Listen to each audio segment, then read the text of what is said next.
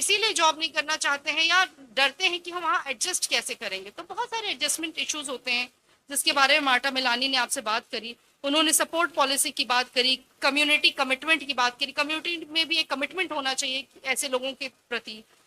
और एक चीज और, वैसे तो उनका इस जो स्टडी है वो आप देख रहे हैं इस समय यूरोप की तरफ, यूक्रेन की तरफ जाइए आप, कितने तरह के विश्व युद्ध जैसी स्थिति वहां बनी हुई है। तो बहुत सारे लोग माइग्रेट कर रहे हैं दूसरे कल्चर्स में, उनको बहुत सारी समस्याएं हो रही हैं वहां पे। तो उनकी पूरी स्टडी इसके ऊपर बेस्ड है। मैं ज्यादा नहीं बोलूंगी, पीपीटी उनकी आपके साथ शेयर कर दूंगी ग्रुप पे, आप उसको ध्यान से पढ़ लीजिएगा। और बहुत अच्छा स्टडी वो कर रही हैं और यहाँ हमारे कल्चर को भी स्टडी करने आ रही हैं। उन्होंने आपको बोला भी कि we are meeting soon, so let's hope that she is here and हम उनसे फिर डायरेक्ट फेस टू फेस में बात करके अपनी क्वेरीज को हम लोग उनके सामने रखेंगे। ठीक है, so thank you so much Marta Milani and thank you all the participants for listening her so patient.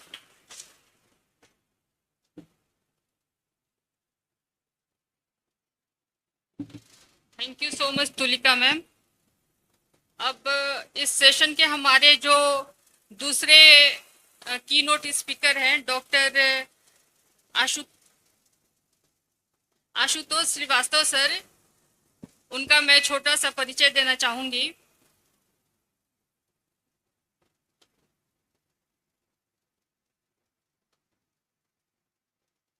Dr. Ashutosh Srivastava is a seasoned psychologist with expertise in counseling, mental health, and program management.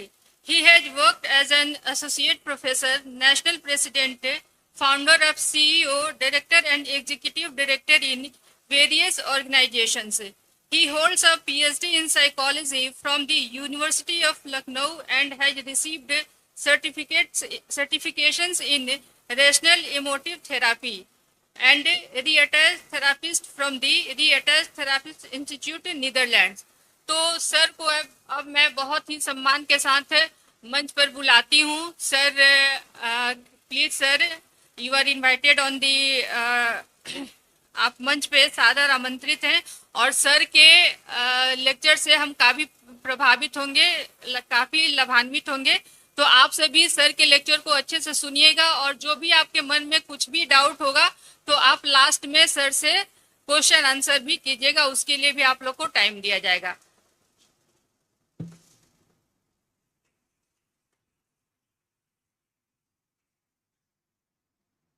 धन्यवाद madam. आदरणीय विभागाध्यक्ष Rajneesh sir, पूर्व विभागाध्यक्ष आभा madam, Tulika जी और अकादमिक जगत के अन्य साथियों मित्रों,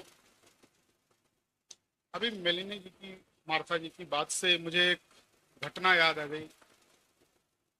मैं उसी से अपनी बात को प्रारंभ करना चाहूंगा। जब मैंने गुवाहाटी में डाउनटाउन यूनिवर्सिटी में ज्वाइन करने के लिए गया वहां पर, तो जो हमारी एचआर डायरेक्टर थी उन्होंने हमसे पूछा, सर लालसा खाएंगे?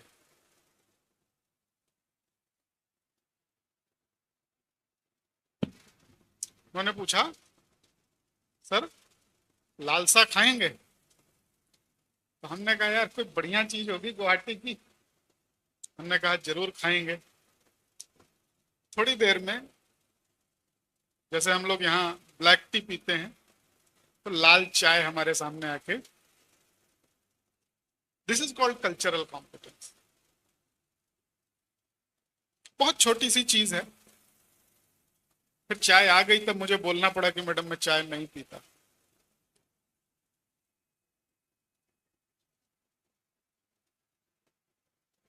तो कल्चरल कॉम्पिटेंस कोई जरूरी नहीं है कि हम जब इंडिया से इटली जाएं तभी हमारे लिए महत्वपूर्ण हो। कल्चर एक परिवार से दूसरे परिवार में बदल जाती है, एक मोहल्ले से दूसरे मोहल्ले में बदल जाती है, एक शहर से दूसरे शहर में बदल जाती है। और मनोविज्ञान में हम जितनी भी थियरीज पढ़ते हैं, हम क्या कहते हैं, ये संपूर्ण मानव जाति पर लागू होती है ऐसा कि नहीं? हम चाहे फ्राइड को पढ़ें, चाहे वॉटसन को पढ़ें, चाहे एरिक्सन को पढ़ें, क्या कहते हैं, ये जो थियरीज हैं ये सार्वभौमिक है। लेकिन क्या वास्तव में सार्वभौमिक होता है कुछ?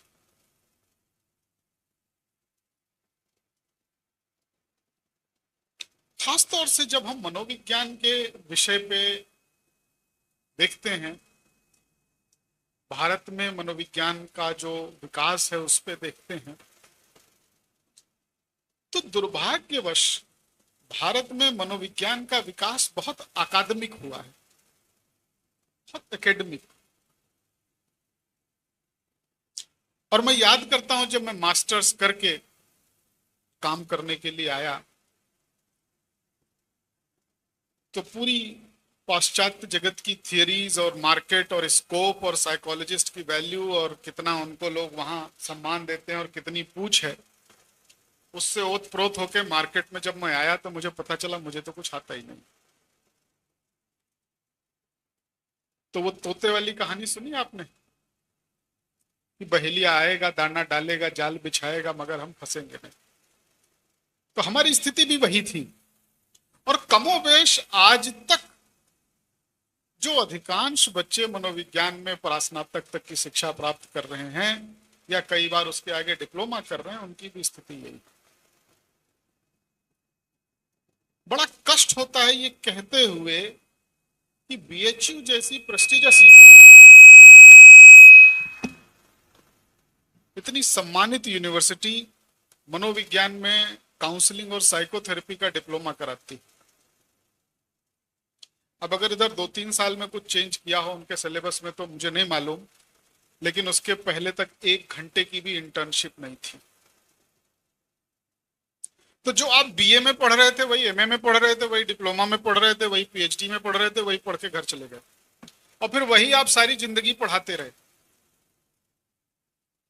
बहुत लोगों को मैंने देखा, उनके शिक्षण की व्यवस्था क्या है कि एक नोट्स जब उन्होंने बीए में बनाए थे उसी नोट से वो रिटायर हो जाते हैं।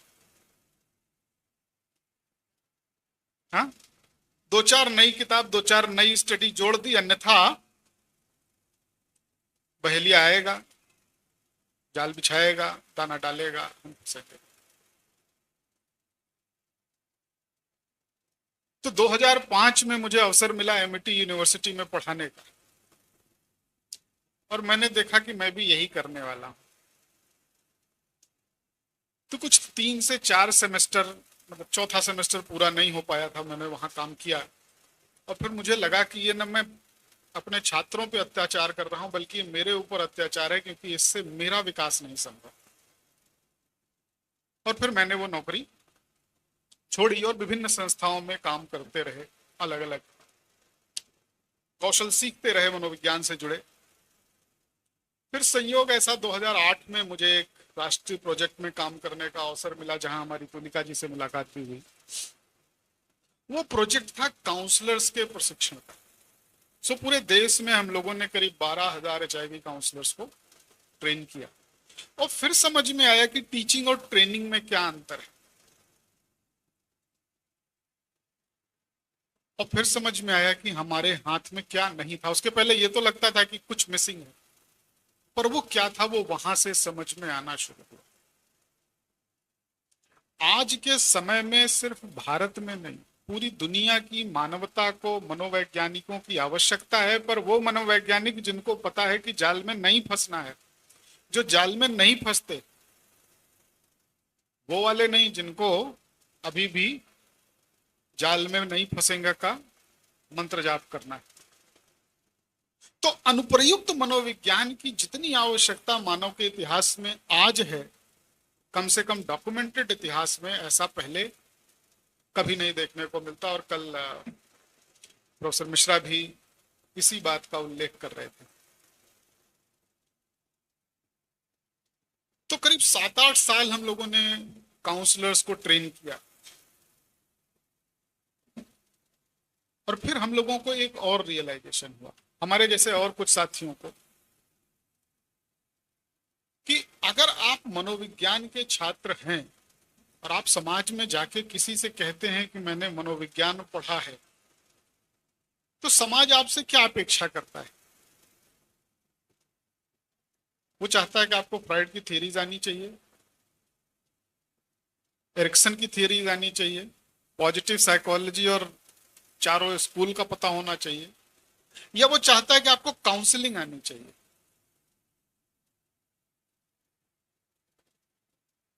अधिकांश बच्चे अगर 100 में मनोविज्ञान में 100 बच्चे मास्टर्स करके निकलते हैं तो मेरा ऐसा एस्टिमेट है कि 80 से 85 बच्चे सिर्फ काउंसलिंग में नौकरी पाते हैं।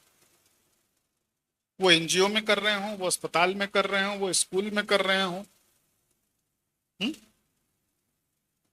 लेकिन दुर्भाग्य देखिए कि देश में काउंसलिंग साइकोलॉजी पर बात करने के लिए कोई संस्था ही नहीं थी।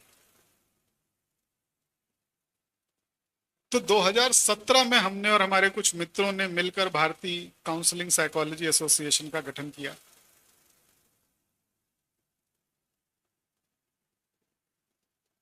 और हम लोगों ने कहा कि ये एक अलग पहचान है, हम क्लिनिकल साइकोलॉजिस्ट नहीं हैं, हम मरीजों का इलाज नहीं कर रहे हैं, लेकिन ये तो मिनिमम है कि हम अपने पड़ोसी के दुख में उसकी काउंसलिंग कर सकें। हम एमबीबीएस करके आ जाएं और हम पड़ोसी को सर्दी जुकाम बुखार की दवा न कर पाए तो धिक्कार है हमारी डिग्री पे।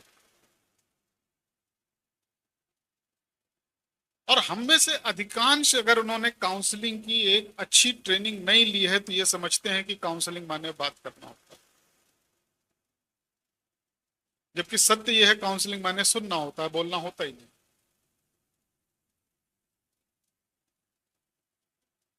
तो हम लोगों ने इस विषय पर काम करना शुरू किया। इस समय करीब 1200-1300 हमारे लाइफ मेंबर्स हैं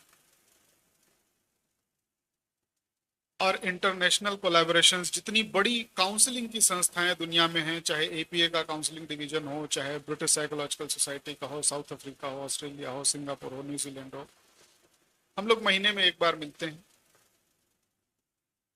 और पूरी दुनिया में काउंसलिंग साइकोलॉजी के क्या चुनौतियां हैं, क्या समाधान हैं, उस पर चर्चा करते हैं।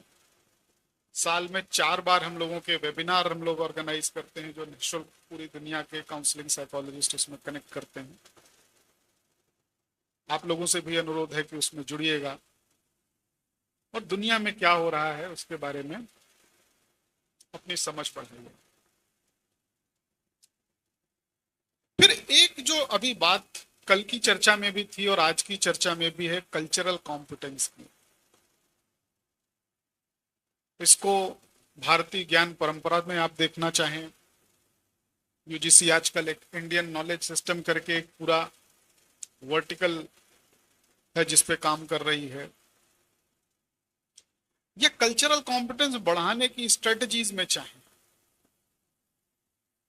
अगर हम आपको, मान लीजिए आप हमारे क्लाइंट हैं और हम आपको एरिक्सन की थियरी समझाएं या बेक की थियरी समझाएं या एलिस का इरेशनल बिलीफ समझाएं, तो आपके लिए समझ पाना इतना आसान नहीं होगा जितना हम आपको बताएं कि गीता में और महाभारत में और रामायण में क्या कहा गया।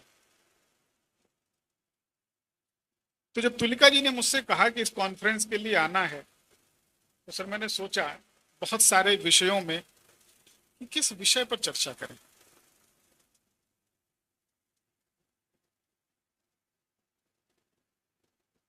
तो मेरे मन में आया कि क्यों ना कुछ ऐसा करें कि जो बाहर चल रहा है उसको हम अपने अंदर झांक के देखें कि हमारे यहाँ एग्जिस्ट करता है या नहीं।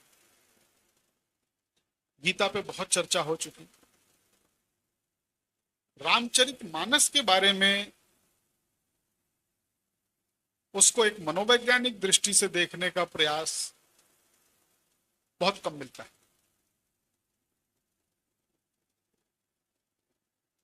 तो कुछ सालों से मैं रामचरितमानस पे कुछ अध्ययन कर रहा था, तो मैंने सोचा आपके साथ उसी पे कुछ चर्चा की जाए।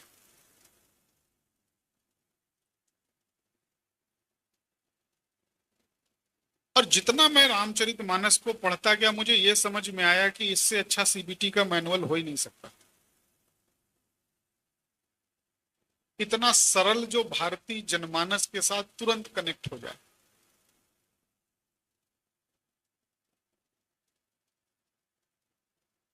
अगर एक पल के लिए हम रामचरितमानस को एक धार्मिक ग्रंथ की बजाय एक दार्शनिक चिंतन का ग्रंथ के तरीके से देखें तो हमें बहुत सारी इंसाइट मिलेगी। संभवतः किसी दूसरी पुस्तक में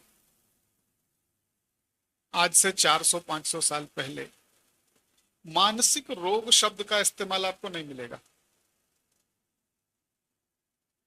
लेकिन उत्तरकांड में एक पूरा संदर्भ है। गरुड़ और काकभूषुंडी के बीच का संवाद है। वहां वो पूछ रहे हैं कि मानस रोग क्या होते हैं, और वो बता रहे हैं कि मानस रोग क्या होते हैं, कितने प्रकार के होते हैं, उनका उपचार क्या है, उनका निवारण क्या है। भाषा में अंतर हो सकता है, संदर्भों में अंतर हो सकता है। जैसे जो पाश्चात्य स्टाइल है, जो वेस्टर्न स्टाइल है, वो स्टाइल है पॉइंट टू पॉइंट आर्टिकुलेट करना। हमारे यहाँ जो चर्चाएं हैं उनमें कहानियों के माध्यम से और अलंकारों के माध्यम से बहुत कुछ समझाने का प्रयास किया जाता है। इसलिए थोड़ा आपको अंतर जरूर देखने को मिलेगा। आप हनुमान चालीसा देखिए। हनुमान चालीसा में हनुमान जी को जब के बारे में बताया जाता है तो वो किसके साथ रहते हैं? कुमति निवार सुमति के संग। व्हाट इज कुमति? कभी सोचा? और सुमति क्या है? एक और आपको रामचरितमानस के संदर्भ से बताएं कि सुमति और कुमति दोनों 22 बार उल्लिखित है।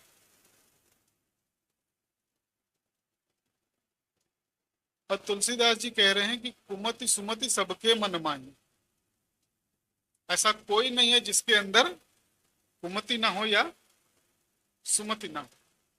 और फिर वो आगे क्या कह रहे हैं? जहां कुमति जहां सुमति तहां संपत्ति नाना, और जहां कुमति तहां विपत निदान। यानी सारे सुख सुमति में है। सुमति क्या है और कुमति क्या है, इस पे आज हम लोग थोड़ी विस्तृत चर्चा करने का प्रयास करेंगे। एक साइकोलॉजिकल कंस्ट्रक्ट के तरीके से इसको देखेंगे।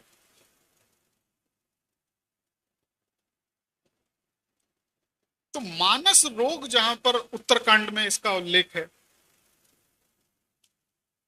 आखिरी से आप उल्टा पढ़ेंगे तो शायद चौथे पांचवें पन्ने पर ही आपको मिल जाएगा, बहुत खोजने की जरूरत नहीं पड़ेगी। तो पूछते हैं कि मानस रोग क्या है, यानी डिजीजेस ऑफ माइंड क्या है या अफ्लिक्टेड माइंड क्या है। तो बताते हैं कि इसमें कई प्रकार के विकार हो सकते हैं, जिनमें जो सबसे मूल है, सबसे कोर है, वो क्या है?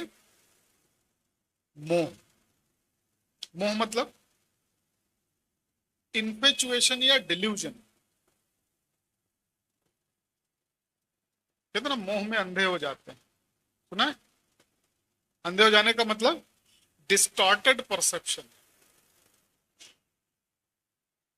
Distorted perception of reality caused by moh is mother of all mental pathology.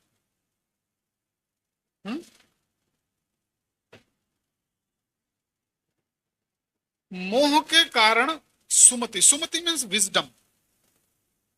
हम सिर्फ हेल्दी कॉग्निशंस की बात नहीं कर रहे हैं, हम किसकी बात कर रहे हैं? विजडम की बात कर रहे हैं, इंटेलेक्ट की नहीं। इंटेलेक्ट से भी एक लेवल आगे जाकर, क्योंकि यहां जब मानस रोग की चर्चा हो रही है तो आपके सांसारिक, सामाजिक, आध्यात्मिक तीनों तरफ से आपके कष्टों को दूर करने की बात करें। वेस्ट अभी सिर्फ फिजिकल सिम्टम्स पर लिमिटेड है। तो मोह क्या करता है? आपके विजडम को या मेंटल क्लैरिटी को बाधित करता है।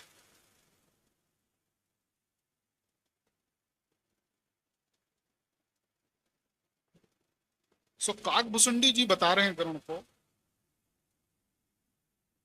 वरुण जी ने पूछा कि मानस रोग कहऊ समझाई तुम सर्वज्ञ कृपा अधिकाई।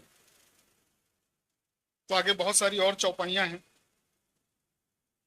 फिर जब बताना शुरू करते हैं तो क्या कह रहे हैं, सुनो तात अब मानस रोगा।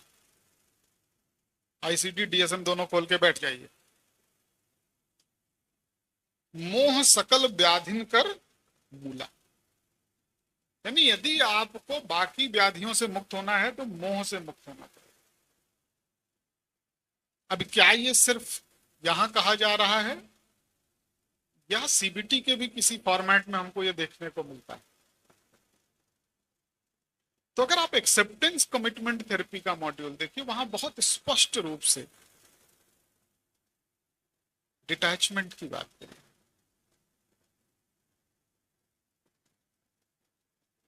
डिटैचमेंट वहां सबसे की कॉन्स्ट्रक्ट है। हालांकि वो पहुंचते हैं दृष्टा भाव तक कि ये मैं हूं और ये मेरे विचार हैं और मैं इनको देख पा रहा हूं, ये मैं हूं, ये मेरे भाव हैं, ये मेरे इमोशंस हैं, ये मेरे सेंसेशंस हैं, इंपल्सेस हैं, इनको मैं देख पा रहा हूं। लेकिन हम उससे भी एक कदम पीछे जाते हैं कि ये मैं हूं और मैं खुद को भी देख पा रहा हूं, साक्षी। तो ऑब्जर्वर को भी ऑब्जर्व करने का काम हमने अपने यहां सीखा हुआ, विच इज मोर रिलेटेबल। तो मोह से अन्य 5-6 प्रकार के विकारों का उत्पन्न होता है। पहला है लस्ट, काम। कहते हैं ना, काम क्रोध मद लोभ मोह मत्सर, ये 6 विकार बताए गए हैं। पर इन सबकी जड़ कौन है? मोह। क्योंकि जैसे ही हमारा परसेप्शन डिस्टॉर्ट होना शुरू होता है, हम डिल्यूजनल हो जाते हैं अपने आचरण व्यवहार और विचार में, तो हम लस्ट आ जाती है, हम में ग्रीड आ जाती है, हम में क्रोध आ जाता है। और अगर आयुर्वेद की दृष्टि से देखें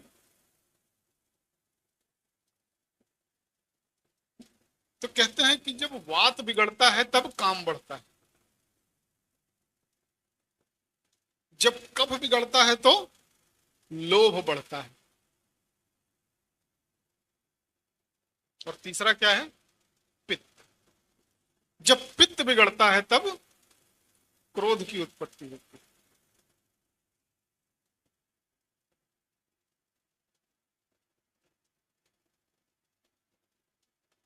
इसके अलावा अभिमान, अभिमान को मानसिक गठिया के तरीके से देखा गया है। डाउट। गठिया क्या करता है? शरीर में रिजिडिटी लाता है, अकड़न जकड़न, चलना फिरना मुश्किल।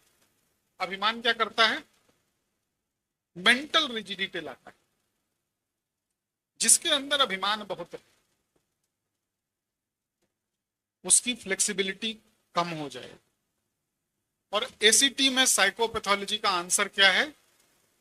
Psychological flexibility. चल रहे हैं समांतर कॉन्सेप्ट?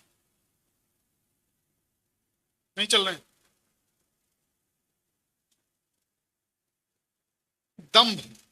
दंभ मतलब कॉग्निटिव डिसोनेंस। दंभ कैसा है? इन्फेक्शन हो गया। कैसा इन्फेक्शन?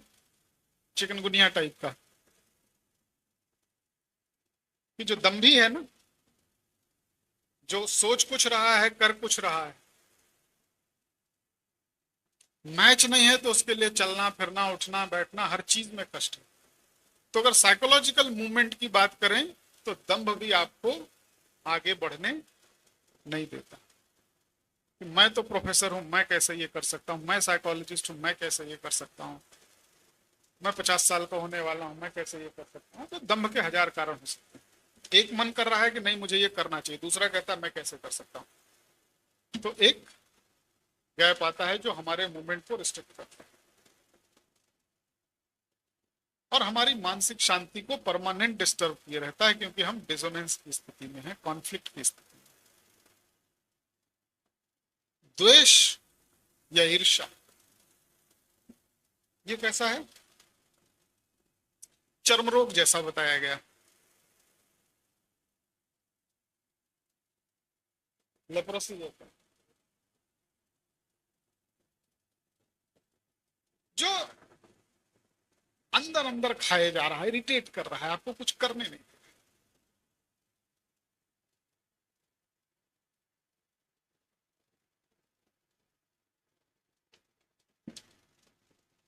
फिर उपचार क्या है, ठीक कैसे हो?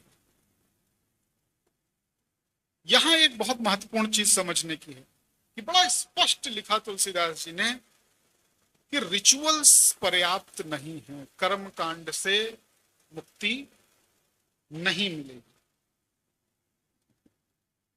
There insufficient. फिर क्या करें? तपस्या करें। पर तपस्या से भी मानसिक कष्ट नहीं दूर होंगे, क्योंकि मोह का तो कुछ नहीं हो रहा है ना तपस्या में, बल्कि ज्यादा तपस्या कर लीजिए तो दुर्वासा बन जाइए।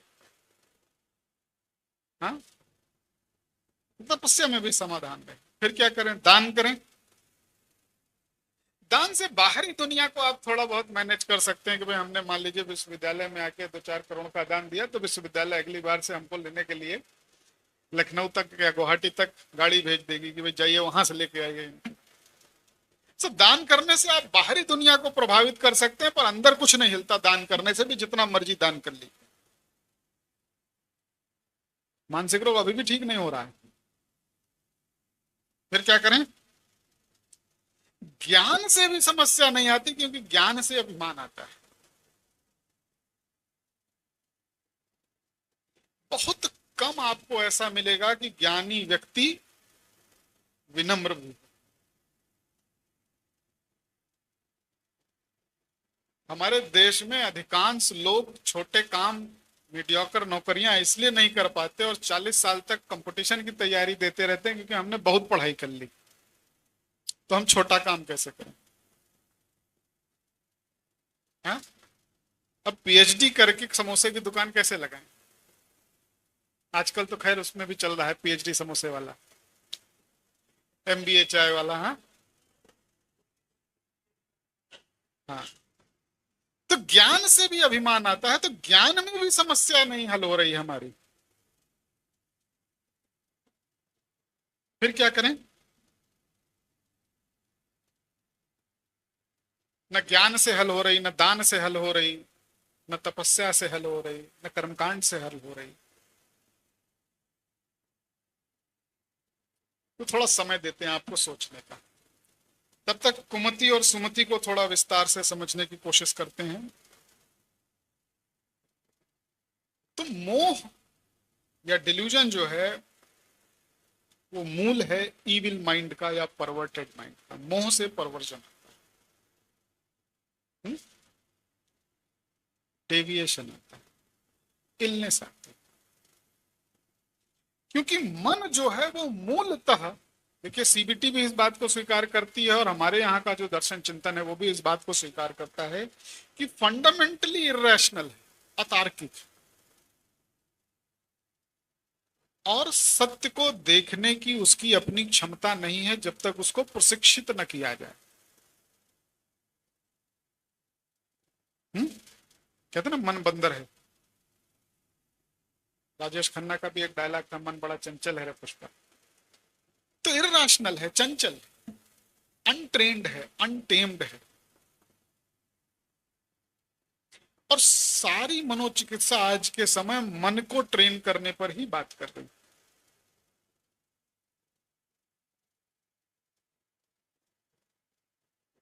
अधिकांश समय हमारा मन डिल्यूजन्स में रहता है, मोह में रहता है, मिसकंसेप्शंस में रहता है, फॉल्स बिलीफ में रहता है।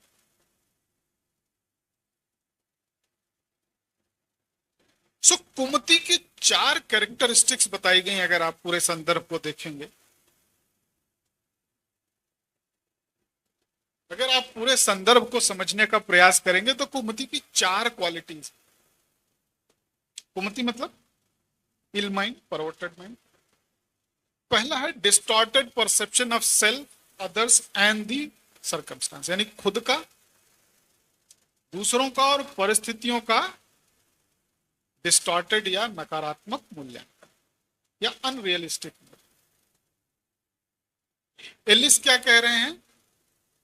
Conditional acceptance of self, others and life, ये हमारी पैथोलॉजी की जड़ है। और थेरेपी का गोल क्या है? Unconditional acceptance of self, others and life. So कुमति की क्या क्वालिटीज हैं? Distorted perception about self, other and circumstances. दूसरा क्या है? माल एडाप्टिव इमोशंस, यानी उन भावों का अनुभव जो तार्किक नहीं है या जो स्वस्थ नहीं है, जो अच्छे अनुभव नहीं देते, अच्छी अनुभूति नहीं देते, जैसे एंजाइटी, जैसे डिप्रेशन। तीसरा क्या है? सेल्फ डिफीटिंग बिहेवियर, यानी हम ऐसा काम कर रहे हैं जिससे हमारी उन्नति नहीं हो रही। हम जानते हैं कि हमें ये करना चाहिए, इससे हमारी उन्नति होगी, लेकिन हम कर उसका ठीक उल्टा रहे। तो एसीटी क्या कह रही है? वैल्यूड लिविंग की बात कर रही है। Valued living and committed action, ये एसीटी का कोर है। और एसीटी से 400 साल पहले तुलसीदास जी भी यही कह रहे हैं।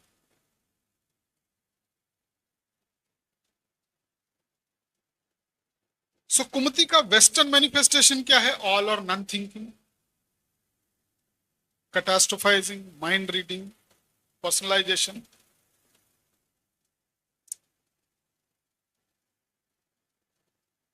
पर जब हम भारतीय संदर्भ में इसको देखने का प्रयास करते हैं तो ये सिर्फ विचारों तक, कॉग्निशंस तक सीमित नहीं है, ये भाव तक जाता है। यानी मोह से इनकी उत्पत्ति हो रही है, तो हमको किस पे काम करना है? सिर्फ इन डिस्टॉर्शंस पे या मोह पे, डिल्यूजन्स पे? तो हम एक लेवल और गहरे जाकर इंटरवेंशन की बात करते हैं।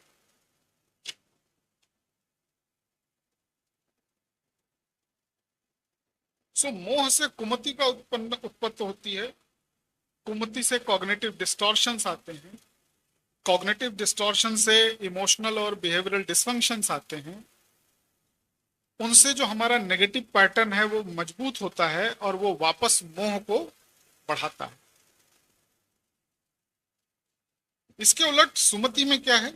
मेंटल क्लैरिटी और इंटेलेक्चुअल वर्च्यूज की बात है, सिर्फ ज्ञान नहीं, मूल्यों की बात।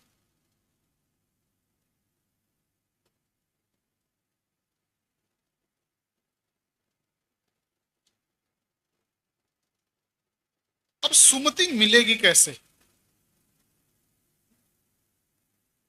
सुमति कैसे प्राप्त होगी?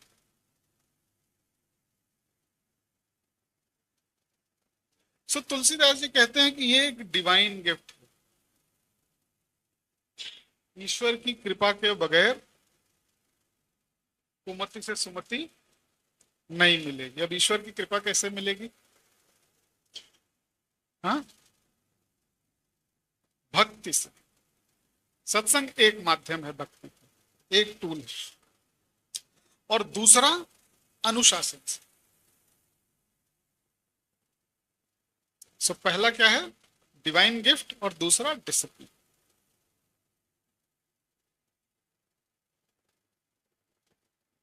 अब इसके लिए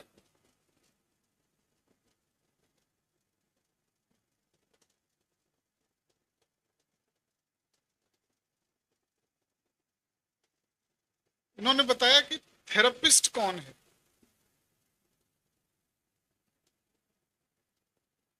तो थेरेपिस्ट है आपका सदगुरु, जग्गी वासुदेव नहीं,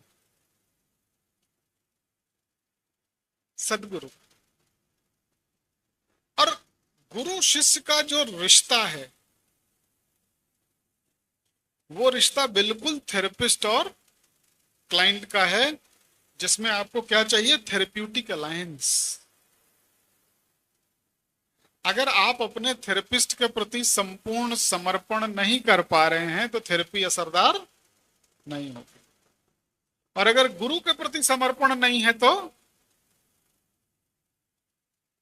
क्या होगा? पीएचडी पूरी होगी?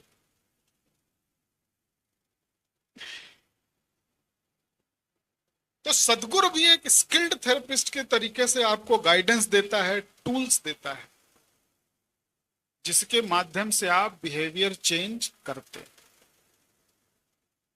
ये क्या टूल्स देते हैं? ये आपको भक्ति के रूप में एक कॉम्प्रिहेंसिव ट्रीटमेंट प्लान देते हैं। जैसे अपने विचारों को एक खास दिशा में डायरेक्ट करना आना चाहिए। मान लीजिए आपके गुरु ने आपको सिखाया नाम जप करना, राम राम कहना, तुलसीदास जी के अगर संदर्भ में बात करें, पूरा वेस्ट माइंडफुलनेस सिखा रहा है। आज के समय में कोई भी साइकोथेरेपी ऐसी नहीं बची है जिसमें माइंडफुलनेस इंटीग्रेटेड ना हो। माइंडफुलनेस में हम क्या करते हैं? अपने माइंड को ट्रेन कर रहे हैं किसी एक चीज पर टिकने के लिए। ट्रांसेंडेंटल मेडिटेशन में क्या कर रहे हैं कि इतना नाम जपो कि ट्रांसेंड हो जाओ। और तुलसीदास जी क्या कह रहे हैं? कि कलयुग केवल नाम आधार है। नाम किसी का भी हो सकता है, किसी भी रूप में हो सकता है, किसी भी आस्था विश्वास में हो सकता है, किसी भी डिटी में हो सकता है, किसी भी सांसारिक वस्तु या व्यक्ति में हो सकता है। पर नाम जप से क्या है? हम ट्रांसेंड करेंगे अपने मेंटल कैपेसिटीज, ट्रेन कर पाएंगे अपने ब्रेन को। जो बंदर की तरह चंचल है उसको बोलेंगे तुमको यहीं पे रुकना है। दूसरा क्या कह रहे हैं? Purpose driven life. भक्ति का क्या उद्देश्य है? इष्ट को प्राप्त कर। अब भूल गए, बाकी कुछ नहीं याद रहा। तीसरा है कि जब हमने सब कुछ समर्पण कर दिया अपने इष्ट को, तो अहंकार बचेगा क्या? ईर्ष्या बचेगी क्या? जैसे ही हमने मोह को त्यागा, बाकी के षट विकार अपने आप तिरोहित होने लगेंगे। सो faith, value driven action and mindfulness, ये 3 कोर स्ट्रेटजीज हैं साइकोथेरेपी की, जो मानस में वर्णित है। क्या 3 चीजें? फेथ, भक्ति के लिए 3 चीजें चाहिए ना। फेथ चाहिए, और क्या चाहिए? डिसिप्लिन चाहिए। डिसिप्लिन होगा तभी हम वैल्यू लेड लाइफ जी पाएंगे, यानी हम उन मूल्यों के लिए जी पाएंगे जिनमें हम विश्वास करते हैं, कष्ट कितने भी होते रहे। एसीटी क्या कहती है कि अगर हमें कैंसर भी है तो हमें कैंसर की बजाय हम जो करना चाहते हैं जीवन में उस पर ध्यान फोकस करना है। यही तो वैल्यू लेड लाइफ है कि अगर मेरा प्रेम टीचिंग में है तो मुझे रोज टीचिंग करनी है, फिर कैंसर हो या डायबिटीज उससे फर्क नहीं पड़ता। और जब हम इस प्रकार से अपने मूल्यों पर आधारित जीवन जीना शुरू करते हैं तो ये जो दुख हैं उनको सहने की शक्ति मिलती है और हम जीवन में एक उद्देश्यपूर्ण तरीके से अपने जीवन को जी पाते हैं। यही तो सीबीटी सिखा रही है। इसके लिए करना क्या पड़ेगा? वैराग्य। वैराग्य का मतलब वो नहीं जो हम लोग समझते हैं घर छोड़ के भाग जाना, वो वैराग्य नहीं। वैराग्य का मतलब है डिटैच होना। डिटैच किससे?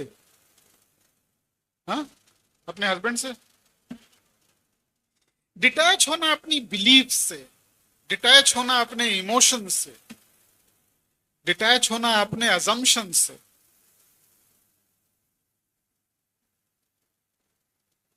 सो वैराग्य से बड़ा कोई टूल नहीं। डिफ्यूजन जिसको वेस्ट ने कहा, उसको हम कहते हैं वैराग्य। सो हम अपनी डिजायर्स को देख पा रहे हैं और उनसे डिटैच हो पा रहे हैं। हम अपने थॉट्स को देख पा रहे हैं, अपनी बिलीव्स को देख पा रहे हैं, अपनी अर्जेस इंपल्सेस को देख पा रहे हैं, अपनी मेमोरीज को देख पा रहे हैं और उनसे डिटैच्ड। और फिर एक स्थिति ऐसी आती जब हम खुद को देख पा रहे हैं और खुद से भी डिटैच्ड।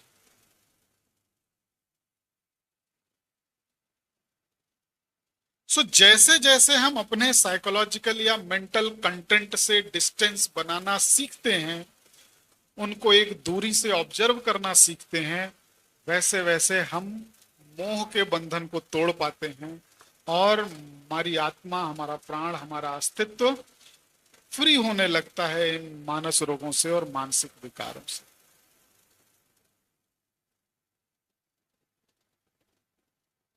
और अभी वेस्ट सिर्फ ऑब्जर्वेशन तक पहुंचा है,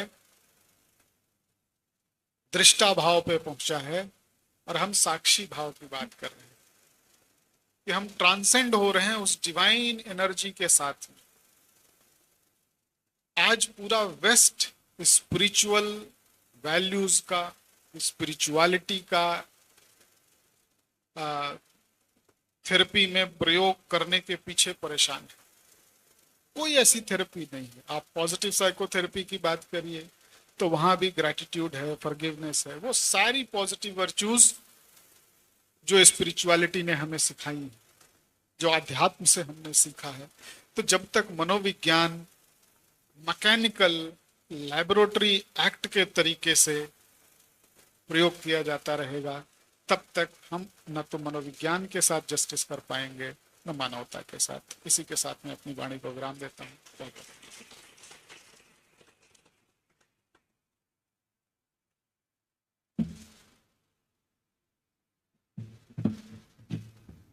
बहुत बहुत धन्यवाद सर।